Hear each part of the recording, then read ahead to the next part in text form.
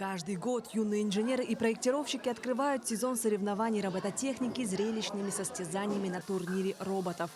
Речь идет не просто о битве, это робосумо, которое ценит за особые качества, за простоту и возможность проявить интеллект в стратегии. Соревнования проходят на круглом помосте диаметром всего в 100 сантиметров, по периметру которого нарисована белая линия шириной 5 сантиметров. Робот, пересекший эту границу, считается проигравшим. Они должны быть не больше 25 сантиметров в высоту, ширину, длину, да, и не весить не больше 1,5 килограмм.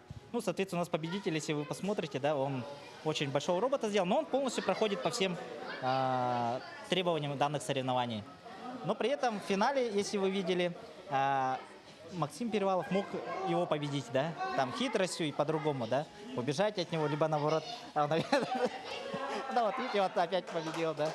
Преимущество, вот, и сейчас могу продемонстрировать, как-то, давай с тобой сразимся сейчас. Да, раз, два, три. У меня, вот, смотрите, у меня тут крутится, хоть и 5 колес, но он, не надо, крутится хоть и 5 колес, но они очень хорошо работают.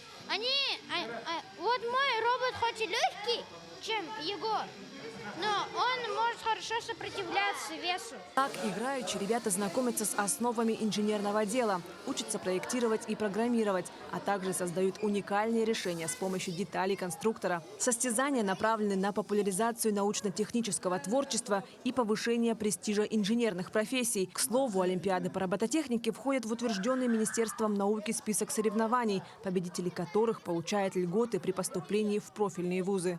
Для того, чтобы у государства был кадровый резерв именно в инженерном направлении, то есть чтобы у государства были инженеры, которые могут продвигать наше государство, создавать новые вещи, там, технику, устройства и так далее. Ребенок, который он научился программировать, он научился мехатронике, то, что они написали алгоритм, они видят практически, как это работает. То есть они дополняют свой алгоритм механизмом.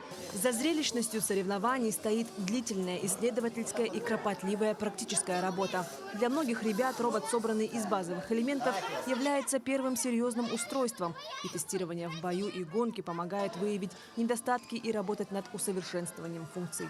Марферина Алексеева, Григорий Охлопков, Якутск.